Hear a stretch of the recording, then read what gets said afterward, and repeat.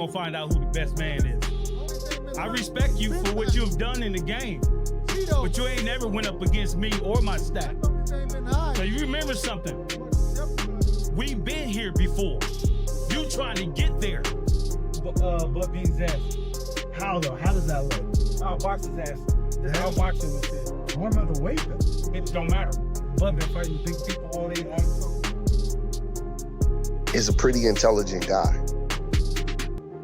He might not try to talk, and say different things to jump off the page at you, but he's not a stupid guy, man. He's intelligent.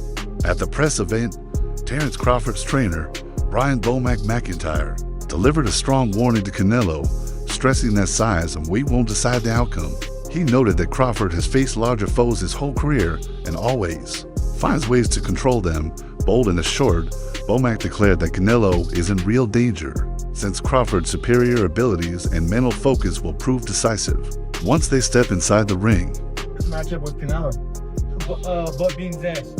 How though? How does that look? I'll box his ass. This is how boxing was shit. What about the weight though? It don't matter. Bud been fighting big people all day, all his fucking life. Yeah. What about the head movement, Bomac? What? Got a little Spain head movement. That's what I'm there for. That's what Saul there for. That's what Red there for. You know what I'm saying? It's called coaches. Yeah. So we gonna get past that shit. Bomac speaks with conviction whenever he discusses Terence Crawford's chances in a looming showdown. He insists this is more than just another match. It is an opportunity to secure Crawford's place as the best pound-for-pound boxer alive. Bomac highlights that Crawford has stayed active in the gym and left zero space for excuses. To him, preparation is what separates champions from average fighters, and Crawford's discipline shows why he sits at the top of the sport. His statement reveals not only certainty, but also faith that Crawford's mix of skill and mentality will guide him through the hurdles ahead. In Bomac's view, this battle is not only about a win, but about writing history before the world. Canelo Alvarez, Terence Crawford. How excited are you? Obviously, you've seen this journey with Terence, you've seen the doubters over the years, and he's now on the biggest stage again with people questioning him, and you obviously have full confidence that he's going to come out and get victory on September 13th. Yeah, definitely. I'm definitely confident that he's gonna get the victory. Second of all, I'm just happy for him and the team. So the world can see once again why he considered the best pound fighter in the world. There was many a time where he was maybe struggling to get certain fights, and then he had to almost kick that door down. Is it nice to see him sort of getting the fruits of his labour now and getting that generational wealth off the back of what is, obviously it's a hard career boxing, you don't get given anything. Definitely good to see him get, like you say, the fruits of his wealth. Get these fights that, again, will show the world why he's the best fighter in the world. Show the world why he's the best fighter in the world. I'm just happy for him, man. Reports that Canelo Alvarez struggled with Jaron Boots Ennis during sparring sparked lively debate across boxing circles. Ennis is a fighter many compare to Terence Crawford due to his quick feet, sharp counters, and slick defense. If Canelo reportedly had difficulties with someone of a similar style in sparring, then the real question is how much tougher it will be when he meets Crawford in a live fight. Sparring is never the same as a world title clash. Still, patterns often matter, and this particular rumor left many believing Canelo may encounter bigger problems than he anticipates. For Crawford's fans, it only strengthens the belief that their fighter has the weapons to exploit Canelo's weaknesses when it counts. When we saw that he's in camp with him, right? And so people are saying now that they reached out to me and they're saying, well, Floyd Mayweather now has joined Terence Crawford's camp. Does that mean Floyd Mayweather doesn't like Jaron Boots Ennis? Floyd Mayweather went to Terence Crawford camp to give Terence Crawford advice on Canelo Alvarez. Well, one, Terence Crawford is not fighting Jaron Boots Ennis. That's number one. Number two, it's not shots at Jaron Boots Ennis if Floyd Mayweather was to go to Terence Crawford camp. Number three, I saw this clip that Fight Hype had put out, and it's an old clip of Floyd Mayweather and Terence Crawford at Shakur Stevenson's sparring session in Las Vegas. Shakur had called them all to be at that sparring session, okay? And Floyd Mayweather assisted. Now, Floyd Mayweather took on Canelo Alvarez September 14th of 2013. That was 12 years ago. Okay, and so with that said, this one has nothing to do with the other. Floyd Mayweather, from what I'm being told from Terence Crawford's camp, that he has not went up to Colorado and helped Terence Crawford do anything. Okay, now I don't know if he's willing to or not. I don't know if Terence Crawford reached out to him or not. I don't know if they spoke on the phone or not. But you know, it's when you saw Terence Crawford and Floyd Mayweather at the top-ranked gym watching Shakur Stevenson, and they had a conversation with Eddie Hearn. That's very, very old. Okay, that's very old. Now Floyd Mayweather has stand pat on Terence Crawford is the best fighter in the world currently. Right. Responding to those sparring claims, Bomac quickly brushed off the comparisons between Ennis and Crawford. He firmly stated that while Boots is gifted, Crawford operates at a completely higher level. According to him, no sparring partner, no matter how talented, can truly mirror what Crawford delivers inside the ring. His logic is that Crawford combines experience, versatility, and sharp instincts in ways that are impossible to duplicate. For this reason, Bomac insists people drawing those comparisons are missing. The bigger picture, the actual fight, will display Crawford's rare qualities, which go beyond movement and speed, showing his intelligence under fire. Bomac's rejection of the narrative reflects his deep confidence in Crawford's uniqueness and his ability to rise above any so-called stylistic similarities. I know you saw him sparring with Boots. Give me your initial response. That don't mean shit, man. That don't mean shit. That don't mean nothing, man. Boots ain't no Crawford. Yo, hey, like I said, that don't mean, all that shit don't mean nothing. That shit ain't gonna help him. He should have just got the last cab driver he just fought. Cause that shit ain't gonna, that don't mean nothing, man. All that shit don't mean nothing. You ain't no Bud Crawford. They don't have that mentality. Having that mentality and going upside your head at the same motherfucking time, shit, man. I don't give a fuck about all that shit, dog. Boxing analyst Edo Ladipo expressed doubts about Crawford's choice to bulk up heavily. Before the fight, he argued the sport is not just about adding size, but about keeping the right balance of skill and strength. Rapid weight gain can slow a boxer down or disturb his natural rhythm, while Ladipo fears Crawford, who thrives on speed and fluidity, might sacrifice his greatest advantages by forcing his body to match Canelo's frame. Although many fans praise Crawford's willingness to move up in weight, Ladipo highlights the dangers of changing what already makes him elite. His perspective shows that preparing for a fight of this scale is complex, and even smart planning can create risks if it is not managed wisely. Too wiry. Crawford was the guy at 135 pounds that looked really skinny. Even at 140, go and watch his fights against, who's the one that made, I'm trying to think of his name now. The fight at 140, Julius Ndongo. Oh yeah. And when he's just skinny, he's like wiry. He's very much Tommy Hearns. Now. Oh, have you seen him? He's now massive. He's jacked. Man, he looks like huge. He's got to be north of 170. Yeah. It has to be. Yeah. There's a part of me that's like, dude, you don't need to be that big. Like, I don't think this is a strength for strength thing. I think this is a skill and speed thing. I don't know. I feel like if you're trying to sit on your punches to hurt Canelo, nobody hurts Canelo. He's been hit by Callum Smith, Sergey Kovalev, Bivol. Yeah. Crawford ain't hurting. Golovkin. And Golovkin. Crawford ain't hurting. But Crawford knocks everyone out. At 147 pounds. That when he at 154, did he knock out Ismail Madrimov? No, he didn't put a dent in him, really. Didn't put not even a little dent in him. Canelo Alvarez is not Ismail Madrimov. Yeah, but who is Canelo Alvarez now? That's a good question. Yeah, like who are we watching now? Because when I go back and watch the guy that fought Skull, everyone likes to dig out Skull. Sorry, one second. Canelo's got to do more. Canelo's output was the worst output I've ever seen of a unified champion. I'm not joking, the worst. That fight. Yeah. He literally did. But my kind of thinking is all right, well, who is Canelo now? Well, in the nicest way, although he's been fighting good fighters, when's the last time he had a super fight? Who? Canelo. And that's when we see the real Canelo, when he has a super fight. Okay, Bivol. Yes, correct. And he lost. But yeah. Bivol was significantly better at 175 pounds. Okay. Much bigger. Yeah. Crawford, similar in terms of, they're both skillful. Trainer Bredman Edwards provided a more measured take on the matter. He noted that Crawford is fully aware Jaron Ennis sparred with Canelo, and that Ennis carries genuine punching power. Yet, rather than letting that shake his confidence, Crawford uses the information as fuel for his training.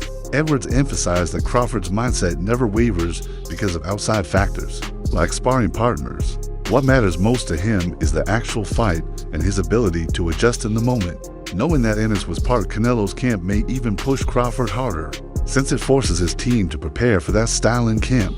Edwards essentially reassured that Crawford thrives in these situations and that his mental strength prevents him from being rattled by Canelo's choice of sparring. That's why I said I'm not changing my percentage. It can make Canelo go up. It can make him lose his confidence or take a piece from him. And it can make Crawford say, okay, let me tell you something about Crawford, man. I watch Crawford. I will watch how he evolved throughout the years. I've been watching me, Red, and Bull Mac been cool since way before Crawford hit the mainstream. Way before he hit the mainstream. And I watched him. Crawford is a pretty intelligent guy. He might not try to talk, and say different things to jump off the page at you, but he's not a stupid guy, man. He's intelligent. He knows Boots is the real deal. No matter what all of the public say and everybody talking, he knows it. He knows Boots is the real deal. Crawford's little brother is Shakur Stevenson. Shakur Stevenson and Boots is super cool, and Shakur Stevenson was in the amateurs with Boots. Don't you think Shakur told Bud, yo, bro, I love you. You my big bro, but that kid nice, bro. You gonna have to be on your game to fuck with him. You don't think Shakur told Crawford that, and you don't think he respected his opinion? You don't think that Red and Bo Mac got eyes and they know Boots is special? You don't believe that? I don't care about all this talk on the internet because they may fight. So you can't be too complimentary of a guy that you may fight. But you don't think they know that? So by him bringing Boots in, that's probably going to take Bud to another level mentally. And that's where I think that Bud win this fight. I think he got him. One of the most common talking points among fans and analysts is that Canelo's size advantage will simply be too much for Crawford to manage. Backers of Canelo stress his proven strength in heavier divisions and question whether Crawford, who started his career at lightweight, can truly withstand the punishment of a naturally bigger man. The debate centers on physicality versus technique for skeptics of Crawford's chances. The size gap is an obstacle talent alone cannot erase. They argue that eventually, raw physics catch up and Canelo's heavy punches could overpower him. This perspective is shared by many in the boxing community who believe that, regardless of Crawford's brilliance, moving up against such a strong opponent may be one challenge so far. Canelo versus Crawford. Who you got? I got Canelo winning. I think Canelo's gonna knock him out. I think Canelo's gonna hurt him. I think he's just too powerful, man, too strong. I hope Terence Crawford does well and stuff, man, because I love the way he fights, and he's a hell of a fighter, and I respect him as well too. So I hope he puts up a good fight and everything. But at the end of the day, man, Canelo, if he catches you, dude, it's gonna knock you out. Look, at the end of the day, I always say this: he took Golovkin's biggest hit, and he took Bivol' biggest hit. I don't think Crawford could knock him out. I think Terence Crawford can knock Canelo out if he catches him, because with Gennady Golovkin hit harder, but he was a lot slower. Yeah. So when Canelo seen the punches coming, he's able to embrace. I think if Terence Crawford catches Canelo with a shot that he doesn't see coming, boom, then he could hurt him. You think so? Yeah, I think so. Another major aspect of the debate is Canelo's tremendous experience at the top level. Observers frequently emphasize that Canelo has fought nearly every style imaginable. From slick movers to pressure fighters to defensive tacticians, his resume is stacked with championship rounds under the brightest spotlight. Beyond his size and power, his familiarity with grand stages gives him a calmness that few can match. Experience often dictates how fighters respond under pressure, and Canelo has repeatedly shown durability throughout his career. His supporters argue that this well of knowledge, combined with his natural strength, creates a test unlike any other, even for Crawford. The belief is that while skill matters greatly, championship experience can often shift the balance toward the Mexican star. There's things about being in camp with Canelo, it's just different. He's got speed, he's got velocity, he's got precision, he's got positioning, he's got power, and he's got just an incredible amount of experience. I think there's 10 fights that haven't been added to his record. So, and Bud, when Bud was fighting at 130 or 35, Canelo already was at 54. So, there's definitely weight classes for a reason. Within boxing circles, some voices remain torn about the matchup as a whole. On one side, they respect Crawford's courage for daring to pursue greatness, yet at the same time, they wonder if this opponent is the right stage for his legacy. Their concern is less about Crawford's skill set and more about the possible physical mismatch that could diminish his talent. They suggest that Crawford had other paths to cement his greatness without facing a man so much larger. Still, despite those doubts, they also acknowledge that this fight offers Crawford unmatched exposure and career-changing financial rewards, making the risk difficult to pass up. Okay, man. Another good segue. Let's talk about the real deal, though.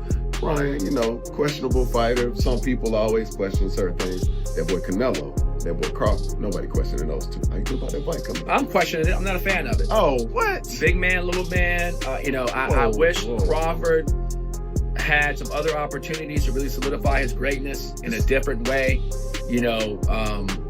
Canelo, he's got Bibble.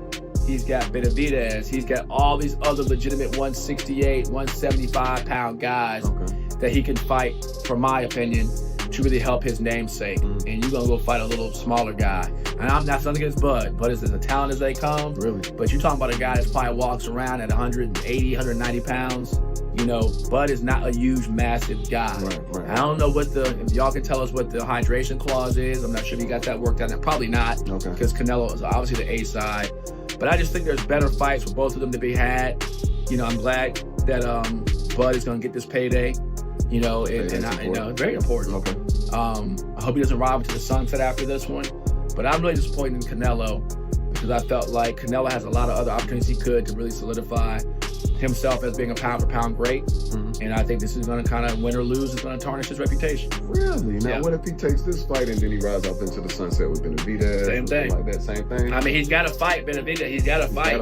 He's got to fight Bibble again. He's got to fight these up-and-coming 168, 165 to 175-pound guys. Bomac framed the contest not as a collision of size and power, but as a chess match of intelligence. His breakdown focuses on what he calls the finer points of boxing.